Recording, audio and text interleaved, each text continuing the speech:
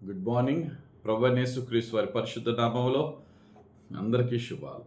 ఈరోజు అనుదిన ఆత్మీయ ఆహారంగా ఓబద్య గ్రంథంలో 8వ వచనాన్ని ధ్యానించుకుందాం. ఓబద్య ఒకే ఒక అధ్యాయం ఉంటుంది, అందులో 8వ వచనం. ఆ దినమందు ఏసావు పర్వతములలో వివేచన లేకపోవునట్లు ఎదోములో నుండి జ్ఞానులను నాశనము చేతును, ఇదే యెహోవా వాక్కు. ఒకరి జ్ఞానం కూడా నాశనం అయిపోవడానికి కారణం ఏంటంటే వివేచన కోల్పోవడం. కొందరికి జ్ఞానం ఉంటుంది కానీ వివేచన ఉండదు. వివేచన చాలా చాలా ముఖ్యమైనది. వివేచన అంటే అండర్స్టాండింగ్, పరిస్థితులను అర్థం చేసుకుని ప్రవర్తించుట. కొంతమంది బాగా చదువుకుంటారు, జ్ఞానవంతులే కానీ సమయానికి తగ్గట్టుగా మాట్లాడరు, పరిస్థితులకు తగ్గట్టుగా ప్రవర్తించరు. మన జీవితంలో పరిస్థితులను చూస్తూ సమయాన్ని బట్టి సమయానుకూలంగా పరిస్థితులకు తగిన విధంగా మన మాటలే కానీ క్రియలే కానీ ప్రవర్తనే కానీ నిర్ణయాలు కానీ ఉండాలి. వివేచన కోల్పోయిన వారికి వారే కష్టాలు తెచ్చుకుంటారు. అరే, నా పరిస్థితి ఎలా ఉంది, నేను ఈ టైంలో ఎలా రియాక్ట్ అవ్వకూడదు, ఈ టైంలో అందరి దయను అందరి ప్రేమను పొందుకోవలసిన నేను అందరితో గొడవలు పెట్టుకుని నాకు నేనే నాశనం తెచ్చుకునేలా ఉన్నాను. కొంచెం నేను సాత్వికం కలిగి ఉండాలా, కొంచెం ఓర్చుకోవాలా, కొంచెం ఒక మెట్టు తగ్గి ఉంటే తప్పే ఉంది అని ప్రవర్తించేవాడు వివేచన కలిగినవాడు, వివేకము కలిగినవాడు. ఆడు ఎదట వాడిని వివేచించగలడు, తాను వివేకంతో ప్రవర్తించగలడు. అదే కోల్పోతే, ఆ అండర్స్టాండింగే కోల్పోతే మిగిలేది ఏంటంటే మూర్ఖత్వమే. వాడు పట్టించుకోడు, ఎంత లాస్ అయినా పట్టించుకోడు. దాని యొక్క ఈ నా ప్రవర్తన వల్ల ఫ్యూచర్లో నాకు ఎంత నష్టం కలుగుతుందో వాడు వివేచించడు. మూర్ఖుడిగా ప్రవర్తిస్తాడు. దాని యొక్క ఫ్రూట్ తర్వాత అనుభవించి ఏడుస్తాడు, గోల పెడతాడు, కాళ్ళు పట్టుకుంటాడు. వ్యర్థమే. ప్రియులారా, మనం అలా ఉండకూడదు. నేను ఎందుకు ఇలా రియాక్ట్ అవుతున్నాను, నేను ఎందుకు ఇలా ప్రవర్తిస్తున్నాను, నా వైఖరి ఎలా ఉంది, నన్ను నా రహస్య హృదయాంతరంగానే చూస్తున్న నా దేవునికి ప్రీతికరంగా ఉన్నానా లేదా చెక్ చేసుకోవాలి. ఇక్కడ దేవుడు ఏదో మీరని తిడుతున్నాడు. అరే, మీరు బుద్ధి లేకుండా ప్రవర్తించారా, మీ జ్ఞానం ఎంత నాశనం అయిపోయింది అన్నాడు. ఎందుకట?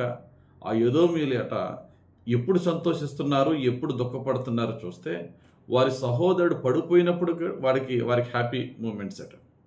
తన సహోదరులు ఎవరైతే ఉన్నారో వారికి కష్టం, నష్టం, బాధలు కలిగి కృంగి కృషించిపోతున్నప్పుడు వీళ్ళ పండగ చేసుకుంటున్నారట. వాళ్ళకైనా మేలు కలిగి వాళ్ళు అభివృద్ధి పొంది వాళ్ళ హెచ్చింపబడుతున్నప్పుడు వీళ్ళ బాధతో వేదన పడుతున్నారట. అంటే ఆ మనుషుల యొక్క సంతోషము, ఆ మనుషుల యొక్క దుఃఖము దేని మీద ఆధారపడింది? ఇతరుల మీద. ఆ ఇతరులు బాగుంటే వీళ్ళు బాగోవడం కాదు, వాళ్ళ నాశనం అయిపోతే వీళ్ళ పండగ చేసుకోవడం, వాళ్ళు బాగుంటే వీళ్ళు దుఃఖపడడం. ఎంత సైకిక్ బిహేవియర్ అది! చాలామందిలో ఉంటుంది అది.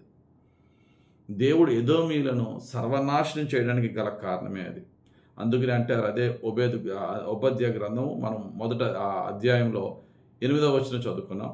క్రిందకి 12వ వచనం చూస్తే, నీ సహోదరుని శ్రమానుభవ దినము చూచి నీవు ఆనందమొంద తగదు, యోదావరి నాశన దినమున వారి స్థితిని చూచి నువ్వు సంతోషింపతగదు. ఇదేమి సైకిక్ ఆనందం ఇది? వాడికి దెబ్బ తగిలితే నువ్వు బాగుంటావా? వాడు నష్టపోతే నువ్వు పండగ చేసుకుంటావా? వాడి నిమిత్తం ఏదైనా బ్యాడ్ న్యూస్ వస్తే నీ హృదయంలో చక్కగా ఒక మంచి సమాధానం వస్తుందా?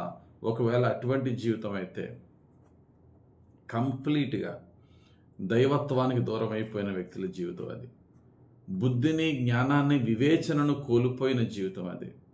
ప్రభువా, ఆ వ్యక్తి నాకు హాని చేసి ఉండొచ్చు, ఆ వ్యక్తి నాకు పడకపోవచ్చు, ఆ వ్యక్తి నాకు శత్రువే అవ్వచ్చు, కానీ అతని నాశనాన్ని చూసి నేను సంతోషించి, అతని ఓటమి చూసి నేను పండగ చేసుకుని, అతని అభివృద్ధి చూసి నేను దుఃఖపడే స్థితిలో ఉన్న నన్ను మార్చు ప్రభు అని దేవుణ్ణి అడుగుదాం. వివేచన కోల్పోయి ప్రవర్తిస్తున్న నన్ను మార్చు ప్రభు. నా హృదయంలో మంచి వివేచన, అండర్స్టాండింగ్, మంచి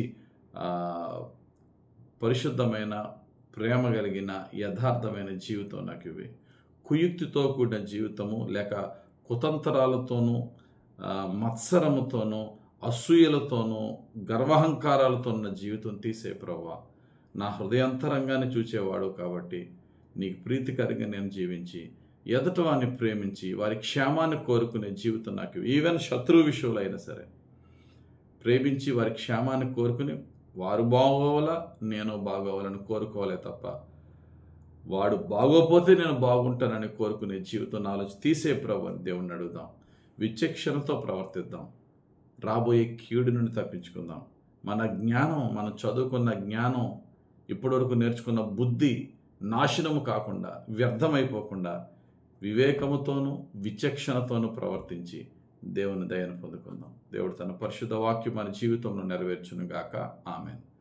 ప్రేమ కలిగిన మా తండ్రి, దయగలిగిన ప్రభువా, ఎంతో చదువుకున్న వారు సైతము విచక్షణ కోల్పోయి ప్రవర్తిస్తూ ఉంటుండగా అయ్యా, ఒక్కొక్కసారి మేము కూడా ఎటువంటి మూర్ఖపు జీవితంలో మేము ఉంటుండగా మా కన్నులు తెరిపించండి అయ్యా.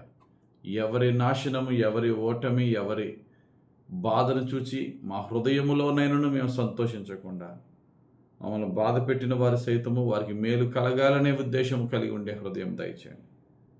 మాకు సహాయం చేసేవాడు నువ్వు నాయనా. వారు నాశనం అయిపోతే మేము బాగుపడము, కానీ వారు బాగున్నా బాగోకపోయినా మమ్మల్ని బాగుగా ఉంచేవాడు నువ్వు అనే సత్యాన్ని గమనించి ఇతరుల మంచిని కోరుకునే వారిగా చేయండి తండ్రి.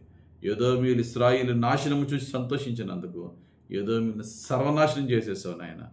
మేలుకొలుపు పాఠముగా మేము తీసుకుని అందరి యొక్క క్షేమాన్ని కోరేవారిగా మమ్మల్ని నీ ప్రేమతో, నీ పరిశుద్ధతతో, నీ యొక్క వివేచన గల ఆత్మ, నీ మంచి మనస్సుతో మమ్మల్ని నడిపించమని, నీ ఆత్మతో మా హృదయాలను నింపమని యేసుక్రీస్తు వారి పరిశుద్ధ నామములో ప్రార్థించి వేడుకొనిచున్నాం తండ్రి. ఆమేన్. తండ్రి యొక్కయు, కుమారుని యొక్కయు, పరిశుద్ధ ఆత్మ అభిషేకం హెచ్చుగా మనల్ని యేసుక్రీస్తును పోలి నడిచేవారిగా నడిపించి దీవించును గాక. ఆమేన్. God bless you. Have a very blessed day.